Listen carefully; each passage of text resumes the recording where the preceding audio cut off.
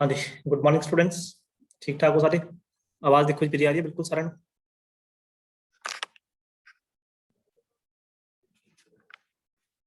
अगर बच्चे आवाज मेरी आ रही है तो एक मैसेज जरूर टाइप कर दो यस का, सो दैट मैंने पता लग सके कि सारे स्टूडेंट्स को मेरी आवाज आ रही है। ओके, ठीक है। पहले तो मैं माफी चाहूंगा जी, 2 दिन ਤੁਹਾਡੀ क्लास ਜਿਹੜੀ ਕੀ ਆ ਉਹ नहीं लग सकी रेगुलर बिकॉज मेरी सेहत ठीक नहीं ਸੀਗੀ।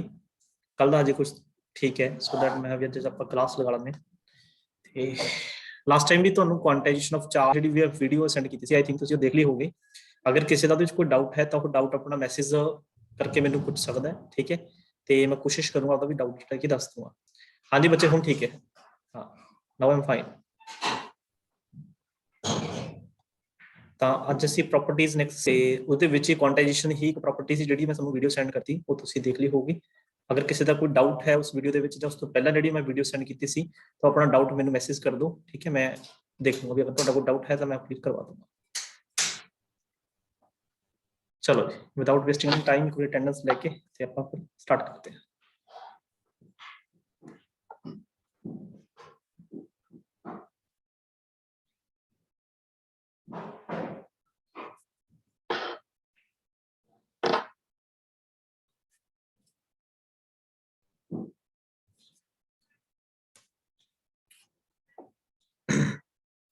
क्वांटाइजेशन 10 रेज टू 10 की पावर -6 इंक्लूसिव ਹੁੰਦਾ है कि x एक्सक्लूसिव जी सर, क्वांटाइजेशन 10 रेज्ड -6 इंक्लूसिव ਹੁੰਦਾ है द एक्सक्लूसिव।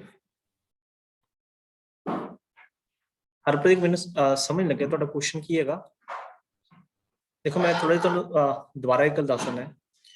10 ਦੀ ਪਾਵਰ -6 ਦਾ ਪੜੋਗੇ ਮਾਈਕਰੋ ਨਾ, 10 ਦੀ ਪਾਵਰ -5, 10 ਦੀ ਪਾਵਰ -3 ਤੇ ਇਸੇ 10 ਦੀ ਪਾਵਰ -7, 10 ਦੀ ਪਾਵਰ -8।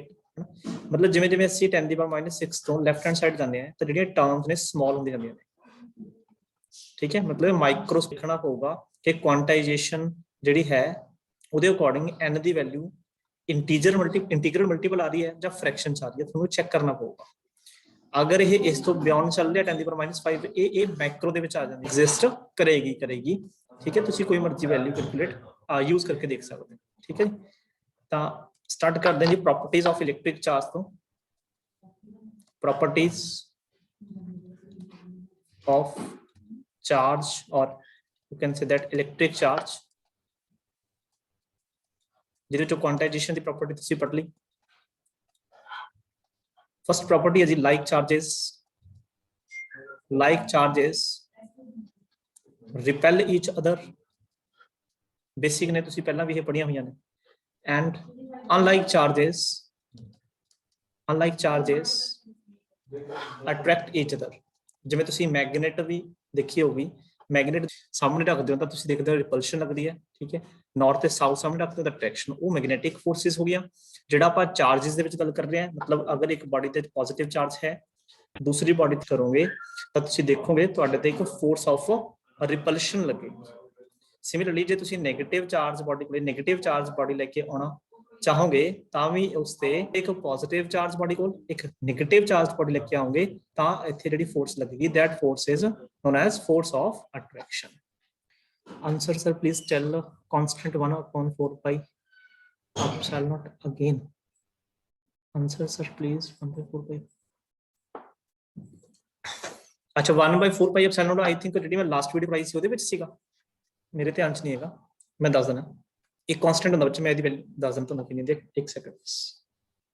ਜਿਹੜੇ ਬੱਚੇ ਇਸ ਤੋਂ ਬਾਅਦ ਆਉਣਗੇ ਉਹਨਾਂ ਨੂੰ ਆਪਾਂ ਐਂਟਰਿੰਗ ਕਰਾਂਗੇ ਇਹਨਾਂ ਦੀ, ਬਸ ਬਹੁਤ ਹੋ ਗਿਆ। 1/4 ਪਾਈ ਐਪਸਿਲਨ ਨੋਟ ਜਿਹੜਾ ਹੁੰਦਾ ਹੈ 1/4 ਪਾਈ ਐਪਸਿਲਨ ਨੋਟ, ਇਹਦੀ ਵੈਲਿਊ ਬੱਚੇ 9 × 10 ਦੀ ਪਾਵਰ 9 ਹੁੰਦੀ ਹੈ। ਇਹਨਾਂ ਆਪਾਂ ਕੂਲਮਸ ਲਾਅ ਮੈਂ ਤੁਹਾਨੂੰ ਪੜਾਉਂਗਾ, ਠੀਕ ਹੈ। ਤੇ ਮੇਰੇ ਧਿਆਨ ਚ ਨਹੀਂ ਹੈ ਜਿਹੜੀ ਮੈਂ ਤੁਹਾਨੂੰ ਕੱਲ ਵੀਡੀਓ ਭੇਜੀ ਉਹਦੇ ਵਿੱਚ ਹੈਗਾ ਸੀ ਜਾਂ ਨਹੀਂ ਸੀ, ਠੀਕ ਹੈ। ਪਰ ਡੋਂਟ ਵਰੀ, ਇਹ ਮੈਂ ਤੁਹਾਨੂੰ ਪੜਾਉਂਗਾ ਕੂਲਮਸ ਲਾਅ ਦੇ ਵਿੱਚ, ਫਿਰ ਮੈਂ ਡਿਟੇਲ ਚ ਦੱਸੂਗਾ ਵੀ ਐਪਸਿਲਨ ਨੋਟ ਹੁੰਦਾ ਕੀ ਹੈ। ਮਟੀਰੀਅਲ ਦੀ ਇਹ ਪ੍ਰੋਪਰਟੀ ਹੈ। ਫਿਲਹਾਲ ਆਪਾਂ ਪ੍ਰੋਪਰਟੀਜ਼ ਜਿਹੜੀਆਂ ਚਾਰजेस ਦੀਆਂ ਆਪਾਂ ਇਹਨੂੰ ਕੰਪਲੀਟ ਕਰਦੇ ਹਾਂ। ਸੈਕੰਡ ਪ੍ਰੋਪਰਟੀ ਹੈ ਜੀ ਚਾਰਜ ਇਜ਼ ਕੰਜ਼ਰਵਡ। ਹੁਣ ਕੰਜ਼ਰਵਡ ਬਾਰੇ ਤੁਸੀਂ ਸਭ ਨੇ ਪੜਿਆ ਹੋਇਆ। ਕੰਜ਼ਰਵਡ ਦਾ ਮਤਲਬ neither created nor be destroyed, neither ਵੀ ਕ੍ਰੀਏਟਡ nor be destroyed, ना बनाया जा सकता है ना ही खत्म किया जा सकता है, just charge one body to another body transfer किया जा सकता है। जिवें आपां कहिए भी एक बॉडी है, ਇਹਦੇ ਵਿੱਚੋਂ ਇੱਕ ਇਲੈਕਟ੍ਰੋਨ अगर ਤੁਸੀਂ ਰਿਮੂਵ ਕਰ ਲਓਗੇ, अगर यही इलेक्ट्रॉन किसी बॉडी ਦੇ ਵਿੱਚ ਐਂਟਰ ਕਰੂਗਾ ਤੇ ਤੇ -1 ਚਾਰਜ ਆ ਜਾਏਗਾ। ठीक है, ਤਾਂ +1 -1 ਕਰਾਂਗੇ ਤਾਂ ਆਨਸਰ ਕਿੰਨਾ ਆਊਗਾ 0। ਪਹਿਲਾਂ ਵੀ ਬॉडीज ਨਿਊਟਰਲ ਸੀ, ਬਾਅਦ ਵਿੱਚ ਵੀ ਨਿਊਟਰਲ ਹੀ ਨੇ। ठीक है, थर्ड आ जांदी ਜਿਹੜਾ ਚਾਰजेस ਨੇ are additive in nature, are additive in nature। देखो सेकंड प्रॉपर्टी ਜਿਹੜੀ ਆਪਾਂ ਪੜ੍ਹੀ ਆ ਉਹਦੇ ਵਿੱਚ ਮੈਂ ਤੁਹਾਨੂੰ ਚਾਰजेस ਦੀ ਐਡੀਸ਼ਨ ਕਰਕੇ ਦਿਖਾਈ ਹੈ, ਐਡ ਕਰ ਸਕਦੇ ਹਾਂ ਚਾਰजेस ਨੂੰ, ਅਸੀਂ ਐਡ ਕਰ ਸਕਦੇ ਹਾਂ। ਠੀਕ ਹੈ ਜੀ। फोर्थ है जी, charge is invariant in nature। this property is very very important, invariant in nature। invariant ਦਾ ਮਤਲਬ ਹੁੰਦਾ ਬੱਚੇ ਜਦੋਂ ਕਿਸੇ ਦੀ ਵੈਲਿਊ ਚੇਂਜ ਨਾ ਹੋਵੇ with speed, does not change। मतलब चार्जेस इनवेरिएंट ਦਾ ਮਤਲਬ ਕੀ ਹੈ ਕਿ ਜਿਹੜਾ ਚਾਰਜ ਦਾ ਮੈਗਨੀਟਿਊਡ ਹੈ, ਜੋ ਚਾਰਜ ਦੀ ਵੈਲਿਊ ਹੈ, ਉਹ ਕਦੇ ਵੀ ਸਪੀਡ ਦੇ ਨਾਲ ਚੇਂਜ ਨਹੀਂ ਹੁੰਦੀ।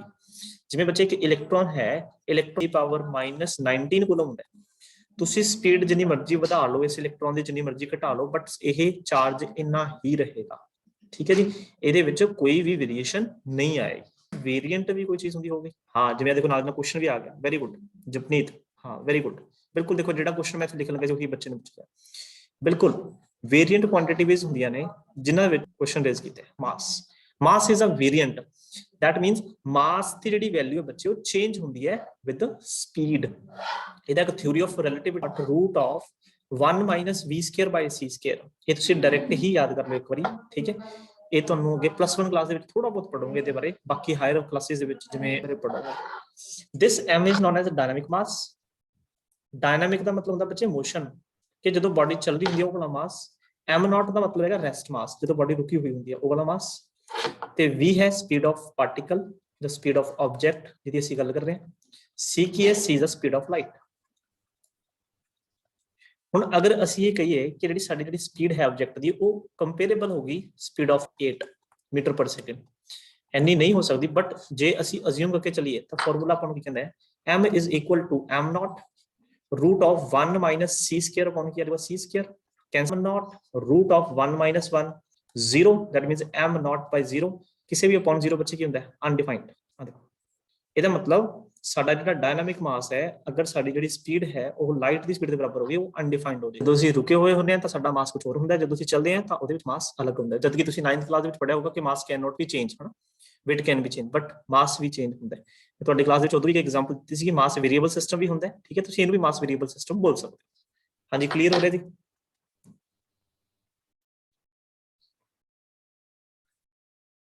ਮੈਸੇਜ ਜ਼ਰੂਰ ਟਾਈਪ ਕਰ ਦਿਓ ਅਗਰ ਤੁਹਾਨੂੰ ਕਲੀਅਰ ਹੋ ਰਿਹਾ ਜੀ, ਫਿਰ ਆਪਾਂ ਅਗਲੀ ਪ੍ਰੋਪਰਟੀ ਵੱਲ ਚੱਲੀਏ।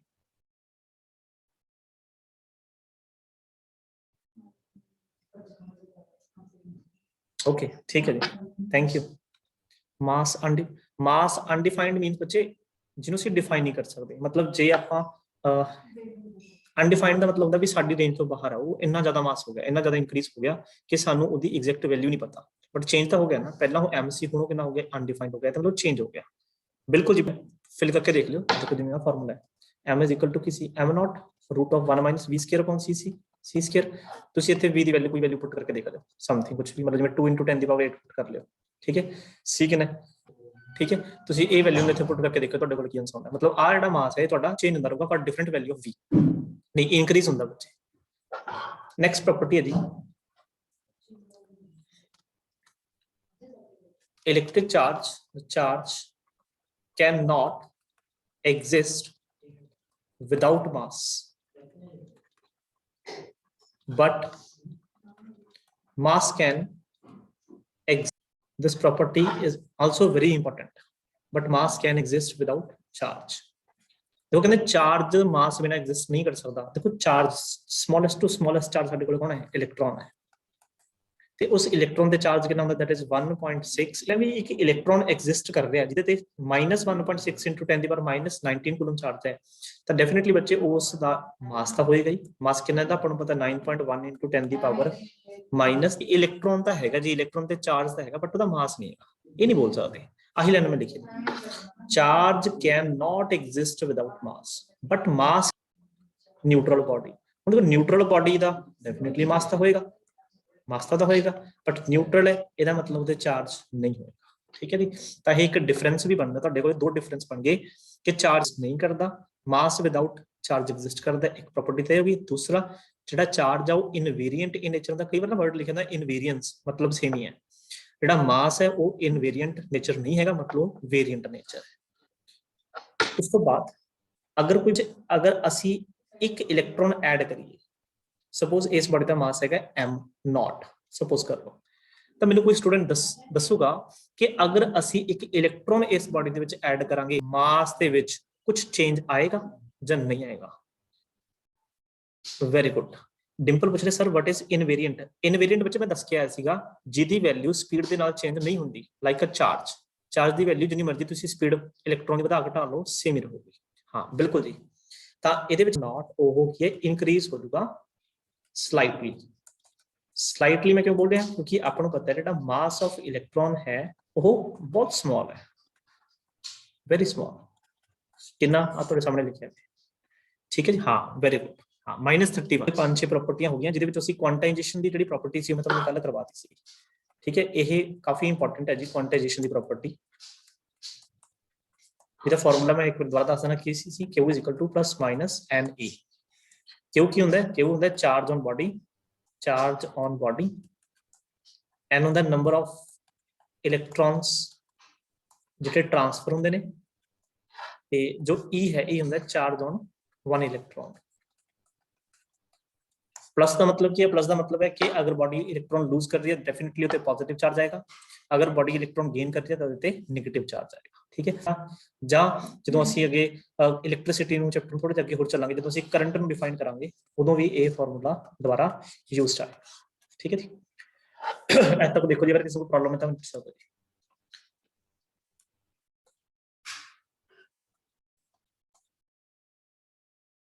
ठीक है जी, चलो नेक्स्ट चलते हैं। अच्छा, कल मैं ਤੁਹਾਨੂੰ ਭੇਜੀ ਸੀ ਕੁਆਂਟੀਟੇਸ਼ਨ ਆਫ ਚਾਰਜ, ਉਸ ਤੋਂ ਪਹਿਲਾਂ ਇੱਕ ਵੀਡੀਓ ਮੈਂ ਤੁਹਾਨੂੰ ਹੋਰ ਭੇਜੀ ਸੀਗੀ, ਉਹਦੇ ਰਿਲੇਟਡ ਨੇ ਕੁਐਸਚਨ ਪੁੱਛਦੇ ਨੇ, ਮੈਨੂੰ ਜਵਾਬ ਦਿਓ ਵੀ ਕੀ ਆਨਸਰ ਆਊਗਾ। ਆ ਤੁਹਾਡੇ ਕੋਲ ਇੱਕ ਬਾਡੀ ਹੈ ਜੀ, ਇੱਕ ਦੂਸਰੀ ਬਾਡੀ ਹੈ। आयुषी फोर्थ प्रॉपर्टी रिपीट कर दो सर प्लीज। हाँ जी बिल्कुल मैं करता, एक क्वेश्चन सुन लो पहला, and this is word number 2। A body है जी वो पॉजिटिवली चार्ज है, ए बॉडी की है पॉजिटिवली चार्ज, कंडक्टर है, कंडक्टर ते सेकंड बॉडी भी कंडक्टर है। जे ਅਸੀਂ सेकंड बॉडी में फर्स्ट बॉडी ਦੇ क्लोज रखिए, ठीक है, ਤਾਂ ਮੈਨੂੰ ਇੱਥੇ ਦੱਸੋ ਤੁਹਾਡੇ ਅਕੋਰਡਿੰਗ ਕੀ ਹੋਣੀ ਚਾਹੀਦੀ ਹੈ? ਅਟਰੈਕਸ਼ਨ ਹੋਣੀ ਚਾਹੀਦੀ ਹੈ, ਰਿਪਲਸ਼ਨ ਹੋਣੀ ਚਾਹੀਦੀ ਹੈ, ਜਾਂ ਬੋਥ ਹੋਣੇ ਚਾਹੀਦੇ ਹੈ? D turn out please.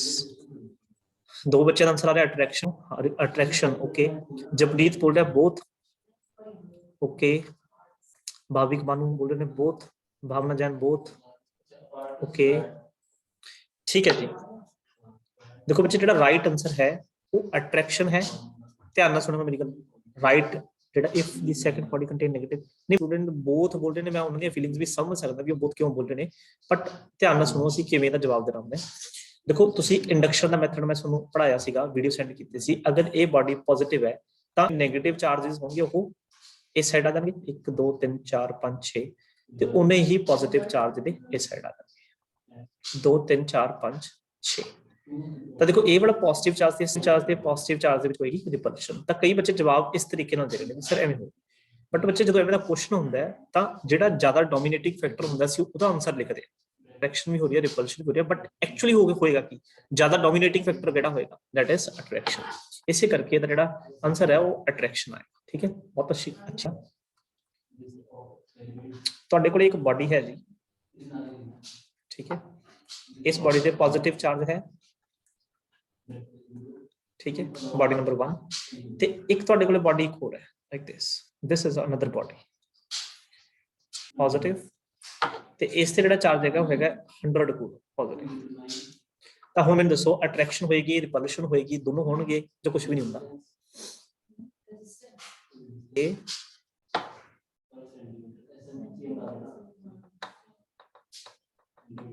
Okay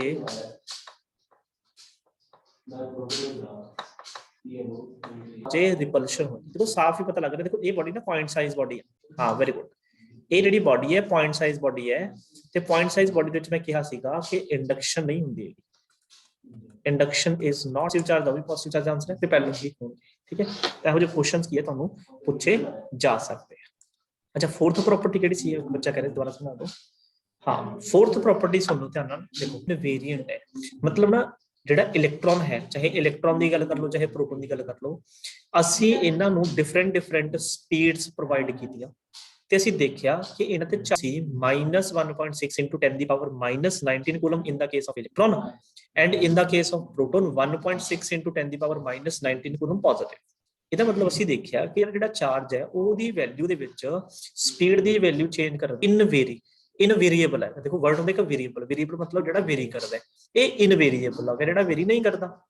ਫਿਰ ਅਸੀਂ ਮਾਸ ਦੇ ਕੇਸਿਸ ਵਿੱਚ ਦੇਖਿਆ ਥਿਊਰੀ ਆਫ ਰਿਲੇਟਿਵਿਟੀ ਹੈ ਕਿਆ ਇੱਕ ਬਾਡੀ ਨੂੰ ਡਿਫਰੈਂਟ ਸਪੀਡਸ ਦੇ ਗਿਵਨ ਕੀਤੀਆਂ ਡਿਫਰੈਂਟ ਸਪੀਡਸ ਪ੍ਰੋਵਾਈਡ ਕੀਤੀਆਂ ਗਈਆਂ। ਅਸੀਂ ਦੇਖਿਆ ਡਿਫਰੈਂਟ ਸਪੀਡਸ ਦੇ ਅਕੋਰਡਿੰਗ ਉਹਨਾਂ ਦਾ ਜਿਹੜਾ ਮਾਸ ਸੀ ਉਹ ਡਿਫਰੈਂਟ ठीक है जी। ये होगा अपना क्वांटाइजेशन ये होगा अपना क्वेश्चन। ओके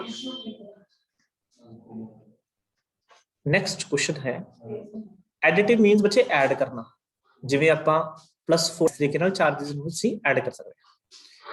नेक्स्ट ਜਿਹੜਾ ਹੈਗਾ ਜੀ ਆਪਣਾ क्वेश्चन है what do you mean by Coulomb's law of electrostatics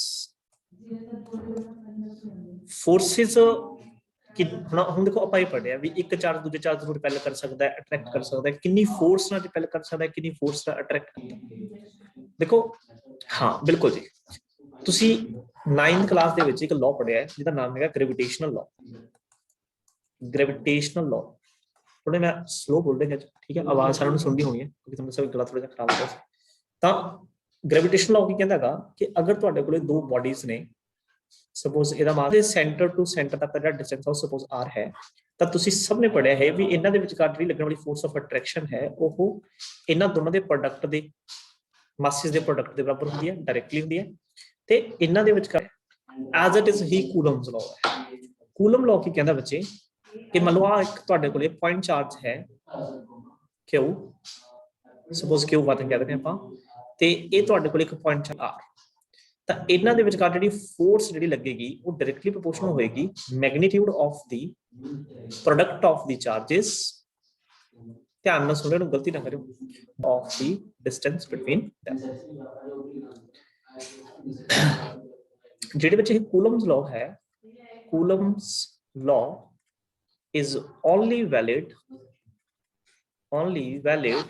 for a point charge. This is very important.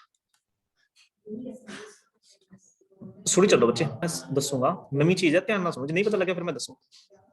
Coulomb law is valid only for a point charge मतलब अगर तुहानू ये कह देना भी आ एक बॉडी है पॉजिटिवली चार्ज ਆ ਇੱਕ ਬॉडी ਹੈਗਾ r ਤੁਸੀਂ ਡਾਇਰੈਕਟਲੀ ਇਹਦੇ ਕੂਲਮ ਲਾਅ ਨਹੀਂ ਲਾ ਸਕਦੇ ਕਿਉਂਕਿ ਇਹ ਬॉडी ਹੈ ਇਹ ਪੁਆਇੰਟ ਚਾਰਜ ਨਹੀਂਗਾ ਪੁਆਇੰਟ ਦਾ ਮਤਲਬ ਦੱਸੇ ਨਾ ਜਿਵੇਂ ਤੁਸੀਂ ਕਾਪੀ ਤੇ ਇੱਕ ਪੁਆਇੰਟ ਲਾਤਾ ਕਿਉਂਕਿ ਇਹ ਪਲੇਸਿਸ ਦੇ ਵਿੱਚ ਇੱਥੇ ਪ੍ਰੈਜ਼ੈਂਟ ਹੋਊਗਾ ਇਧਰ 네ਗੇਟਿਵ ਵੀ ਡਿਫਰੈਂਟ ਪਲੇਸਿਸ ਤੇ ਪ੍ਰੈਜ਼ੈਂਟ ਹੋਊਗਾ ਤਾਂ ਹਰ ਇੱਕ ਚਾਰਜ ਇੱਕ ਪੋਜ਼ਿਟਿਵ ਚਾਰਜ ਤੇ ਇੱਕ 네ਗੇਟਿਵ ਚਾਰਜ ਦੇ ਵਿਚਕਾਰ ਦੇ ਡਿਸਟੈਂਸ ਵੱਖਰੇ ਹੋਣਗੇ ਤਾਂ ਅਸੀਂ Coulomb's law as it is point ਹੈ ਜਿਹੜਾ ਤੁਸੀਂ ਧਿਆਨ 'ਚ ਰੱਖਣਾ ਹੈ। ਅੱਛਾ ਕਿਵੇਂ ਅਪਲਾਈ ਕਰਾਂਗੇ ਤਾਂ ਮੈਥਡ ਹੈ ਅਲੱਗ ਤੋਂ ਠੀਕ ਹੈ ਉਹ ਮੈਂ ਬਾਅਦ ਦੇ ਵਿੱਚ ਦੱਸੂਗਾ ਉਹ ਤੁਹਾਡੀ 10th ਕਲਾਸ ਦੇ ਸਿਲੇਬਸ ਵਾਸਤੇ ਵੈਸੇ ਨਹੀਂ ਹੈਗਾ ਤਾਂ ਇਹ ਸਭ ਤੋਂ ਇੰਪੋਰਟੈਂਟ ਇਹਦੇ ਵਿੱਚ ਕੀ ਧਿਆਨ ਰੱਖਣਾ ਹੈ Coulomb law is valid only for a point charge ਠੀਕ ਹੈ ਜੀ। ਹੁਣ ਦੇਖੋ ਮੈਂ ਪਹਿਲੀ ਲਾਈਨ ਕੀ ਲਿਖੀ ਹੈ ਕਿ ਜਿਹੜੀ ਫੋਰਸ ਹੈ ਹੋ ਸਕਦਾ ਆਪਣਾ ਟਾਈਮ ਪੂਰਾ ਹੋ ਜਾਏ ਠੀਕ ਹੈ ਤਾਂ ਦੁਬਾਰਾ ਮੈਂ ਕੱਲ ਤੋਂ ਕੂਲਮ ਲਾਅ ਤੋਂ ਸਟਾਰਟ ਕਰੂੰਗਾ ਨੈਕਸਟ ਕਲਾਸ ਦੇ ਵਿੱਚ। Force is directly proportional to the product of magnitude of their charges। ਹੁਣ ਕਈ ਬੱਚੇ ਤੇ ਸੋਚਦੇ ਵੀ ਸਰ ਮੈਗਨੀਟਿਊਡ ਦਾ ਕੀ ਮਤਲਬ ਹੈ। ਮੈਗਨੀਟਿਊਡ ਦਾ ਮਤਲਬ ਬੱਚੇ ਇਹ ਹੈ ਕਿ ਚਾਰਜ ਚਾਹੇ ਪੋਜ਼ਿਟਿਵ ਹੈ ਚਾਹੇ ਚਾਰਜ ਨੈਗੇਟਿਵ ਹੈ ਤੁਸੀਂ ਕੰਸੀਡਰ ਨਹੀਂ ਕਰਨਾ ਤੁਸੀਂ ਬਸ ਇਹ ਦੇਖਣਾ ਹੈ ਵੀ ਜਿਹੜਾ ਚਾਰਜ ਹੈ ਉਹ ਕਿੰਨੇ ਕੂਲਮ ਦਾ ਉਹ 1 ਕੂਲਮ ਦਾ ਉਹ 2 ਕੂਲਮ ਦਾ ਹੈ, ਉਹ 3 ਕੂਲਮ ਦਾ ਹੈ, ਜਿੰਨਾ ਵੀ ਤੁਹਾਨੂੰ ਗਿਆ ਉਹਦੇ ਨਹੀਂ ਦੇਖਣੇ। हाँ जी, हाँ जी, बिल्कुल Q1 Q2 एब्सोल्यूट चार्ज है, समझ लग गया ना। मैग्नीट्यूड का मतलब होता है जस्ट वैल्यू देखनी है पॉजिटिव, लिखे ना बच्चे देखो हमें Q1 दे करके एवें दो लाइनां पाईयां ने, इहनूं बोलदे हैं मैग्नीट्यूड, जिहनूं बोलदे हैं मॉडुलस, ਜਿਹਦੇ ਵਿੱਚ ਅਸੀਂ ਸਾਈਨਸ ਨੂੰ ਇਗਨੋਰ ਕਰ ਦਿੰਦੇ। ਕੀ ਕਹਿੰਦਾ ਜਿਹੜੇ ਫੋਰਸ ਹੈ ਉਹ ਡਾਇਰੈਕਟਲੀ ਕੀ ਹੈ product of the magnitude of the charges, ਤੇ ਸੈਕੰਡ ਸਭ ਨੂੰ ਕਲੀਅਰ ਹੋ ਗਿਆ ਹੋਗਾ force is inversely proportional to square of the distance between them, मतलब ਜਿੰਨਾ ਅਸੀਂ ਠੀਕ ਹੈ। अच्छा मतलब मैं ਇਹਨੂੰ ਨਾ ਫਿਰ ਬਾਰ-ਬਾਰ ਇਦਾਂ Q1 Q2 ਦਾ ਮੈਗਨੀਟਿਊਡ ਰੱਖ ਕੇ ਨਹੀਂ ਲਿਖਿਆ ਕਰੂੰਗਾ, ਮੈਨੂੰ ਸਿੱਧੇ ਲਿਖਿਆ ਕਰੂੰਗਾ ਐਵੇਂ Q1 Q2 ਬਾਈ r ਸਕੁਅਰ, ਤੁਸੀਂ ਇਸਕੇ ਤੇ ਡਾਇਰੈਕਟਲੀ ਪ੍ਰੋਪੋਰਸ਼ਨਲ ਸਾਈਨ ਹਟਾ ਕੇ ਅਸੀਂ ਲਾਵਾਂ ਕਾਂਸਟੈਂਟ ਲਿਖੇ Q1 Q2 ਬਾਈ ਕੀ ਹੋ ਗਿਆ r ਸਕੁਅਰ। ਜਿਹੜਾ ਬੱਚੇ ਇਹ ਕਾਂਸਟੈਂਟ ਹੈ ਇਹਦੀ ਜਿਹੜੀ ਵੈਲਿਊ ਹੈ ਜਿਹੜੇ ਬੱਚੇ ਸਟਾਰਟਿੰਗ ਦੇ ਪੁੱਛ ਰਹੇ ਸੀ ਇਹ 1/4 pi. This is the formula with the help of which we can calculate magnitude of force. This is the formula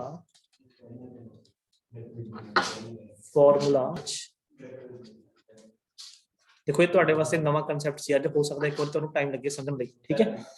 This is the formula with the help of which we can calculate magnitude मतलब value magnitude of force। Question ਇਹ ਵੀ rise ਹੁੰਦਾ ਹੈ ਕਿ ਜਿਹੜੀ ਇਹ force ਆਈ ਹੈ ਇਹਦਾ nature ਕੀ ਹੈ, ਕੀ ਇਹ ਅਟਰੈਕਟਿਵ ਫੋਰਸ ਹੈ ਜਾਂ ਇਹ ਰਿਪਲਸਿਵ ਫੋਰਸ ਹੋਏਗੀ। ਤਾਂ ਬੱਚੇ ਜਿਹੜੀ ਉਹ ਅਟਰੈਕਟਿਵ ਤੇ ਰਿਪਲਸਿਵ ਫੋਰਸਿਸ ਦਾ ਜਿਹੜਾ ਕਨਸੈਪਟ ਹੈ ਉਹ ਤੁਹਾਨੂੰ ਚਾਰजेस ਦੇ ਨੇਚਰ ਤੋਂ ਪਤਾ ਲੱਗਿਆ, ਦੇਖ ਰਹੇ ਹੋ ਤਾਂ ਡੈਫੀਨਿਟਲੀ ਉੱਥੇ ਕੀ ਹੋਗੀ ਰਿਪਲਸ਼ਨ ਹੋਗੀ, ਠੀਕ ਹੈ। ਉਹ ਅਸੀਂ ਡਾਇਰੈਕਟ ਇੱਥੋਂ ਦੇਖਿਆ ਕਰਾਂਗੇ। ਅਗਰ ਇੱਕ ਪੋਜ਼ਿਟਿਵ ਤੇ ਇੱਕ ਨੈਗੇਟਿਵ ਚਾਰਜ ਅਸੀਂ ਦੇਖ ਰਹੇ ਹਾਂ ਫਿਰ ਉਹ ਅਟਰੈਕਸ਼ਨ ਹੋਏਗਾ। मतलब ਕੂਲਮ ਦਾ ਜਿਹੜਾ ਲਾਅ ਹੈ ਨਾ ਉਹ ਜਸਟ ਤੁਹਾਨੂੰ ਮੈਗਨੀਟਿਊਡ ਬਾਰੇ ਦੱਸਣ ਲਗਾਉਂਦੇ ਆ, ਜਿਹਦੇ ਨਾਲ ਨਾ मतलब ਕਨਫਿਊਜ਼ਨ ਬੱਚਿਆਂ ਨੂੰ ਜ਼ਿਆਦਾ ਕ੍ਰੀਏਟ ਹੋ ਜਾਂਦੀ ਹੈ, ਠੀਕ ਹੈ। ਤਾਂ ਆਪਾਂ ਸਾਈਨ ਯੂਜ਼ ਨਹੀਂ ਕਰਨੇ, ਆਪਾਂ ਜਸਟ ਮੈਗਨੀਟਿਊਡ ਯੂਜ਼ ਕਰਾਂਗੇ। ਉਹ ਅਸੀਂ ਡਾਇਰੈਕਟਲੀ ਦੇਖ ਲਿਆ ਕਰਾਂਗੇ ਕਿ ਜੇ ਤਾਂ ਲਾਈਕ ਚਾਰजेस ਨੇ ਫਿਰ ਤਾਂ ਫੋਰਸ ਆਫ ਰਿਪਲਸ਼ਨ ਹੋ ਗਈ, ਜੇ ਅਨਲਾਈਕ ਚਾਰਜ ਨੂੰ ਕੁਐਸਚਨ ਕਰਕੇ ਦਿਖਾਉਂਗਾ। ਦੇਖੋ ਮੰਨ ਲਓ ਸਾਡੇ ਕੋਲ ਇੱਕ ਇੱਥੇ Q1 ਚਾਰਜ ਹੈ, ਪੁਆਇੰਟ ਚਾਰਜ Q1 ਜਿਹਦੀ ਵੈਲਿਊ ਹੈਗੀ ਹੈ +1 ਮਾਈਕਰੋ ਕੂਲਮ, ਤੇ ਇੱਥੇ ਸਾਡੇ ਕੋਲ ਇੱਕ ਚਾਰਜ ਹੈਗਾ ਦੈਟ ਇਜ਼ Q2 ਜਿਹਦਾ ਚਾਰਜ ਹੈਗਾ -2 ਮਾਈਕਰੋ ਕੂਲਮ। ਇਹਦੇ ਵਿਚਕਾਰ ਦਾ ਡਿਸਟੈਂਸ ਸਪੋਜ਼ ਹੈਗਾ 1 ਮੀਟਰ। ਤਾਂ ਮੈਂ ਤੁਹਾਨੂੰ ਪੁੱਛਿਆ ਯਾਰ ਫੋਰਸ ਕਿੰਨੀ ਲੱਗ ਰਹੀ ਹੈ, ਤਾਂ ਤੁਹਾਡਾ ਕੀ ਜਵਾਬ ਹੋਊਗਾ ਸਰ K1 Q2 ਹੈ ਦੈਟ ਇਜ਼ 2 × 10⁻⁻। ਦੇਖੋ ਮੈਂ ਮਾਈਨਸ ਸਾਈਨ ਨਹੀਂ ਲਗਾਇਆ, ਠੀਕ ਹੈ, ਅਪੋਨ r ਦਾ ਸਕੁਅਰ, r ਕਿੰਨਾ ਹੈ 1 ਦਾ ਸਕੁਅਰ ਕਿੰਨਾ ਹੈ 1। ਤਾਂ F ਇਜ਼ ਇਕੁਅਲ ਟੂ ਜਿਹੜਾ ਬੱਚੇ K ਹੈ ਜਿਹਨੂੰ ਅਸੀਂ 1/4 ਪਾਈ ਐਪਸਿਲਨ ਨੋਟ ਲਿਖਦੇ ਹਾਂ, ਡਿਟੇਲ ਚ ਗੱਲ ਕਰਾਂਗੇ। ਇਹਦੀ ਵੈਲਿਊ ਹੁੰਦੀ ਹੈ 9 × 10⁻9। ਇਹ ਡਾਇਰੈਕਟ ਹੀ ਤੁਸੀਂ ਲਰਨ ਕਰਤੀ ਹੈ, ਠੀਕ ਹੈ, ਕਿਉਂਕਿ ਜਿਹੜੇ ਐਪਸਿਲਨ ਨੋਟ ਹੈ ਇਹਦੀ ਵੈਲਿਊ ਹੁੰਦੀ ਹੈ 8.85 × 10⁻12। ਜੇ ਤੁਸੀਂ ਇਹਨੂੰ ਇੱਥੇ ਪੁੱਟ ਕਰਕੇ ਕਰਨਾ ਹੈਗਾ ਤੇ ਇਹਦੀ ਵੈਲਿਊ ਆ ਗਈ 9 × 10⁻9 into 2 × 10⁻12, ਠੀਕ ਹੈ ਜੀ।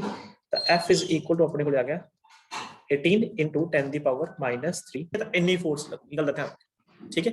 ਹੁਣ ਅਟਰੈਕਟਿਵ ਹੋਏਗੀ ਕਿਉਂ, ਕਿਉਂਕਿ ਇੱਕ ਪੋਜ਼ਿਟਿਵ ਹੈ ਇੱਕ ਨੈਗੇਟਿਵ ਹੈ। ਤਾਂ ਆਨਸਰ ਤੁਸੀਂ ਲਾਸਟ ਲਿਖ ਸਕਦੇ ਹੋ nature of force is attractive, ਠੀਕ ਹੈ ਜੀ। ਓਕੇ ਹਜੇ ਲਈ ਇੰਨਾ ਹੀ ਕਰਾਂਗੇ ਜੀ।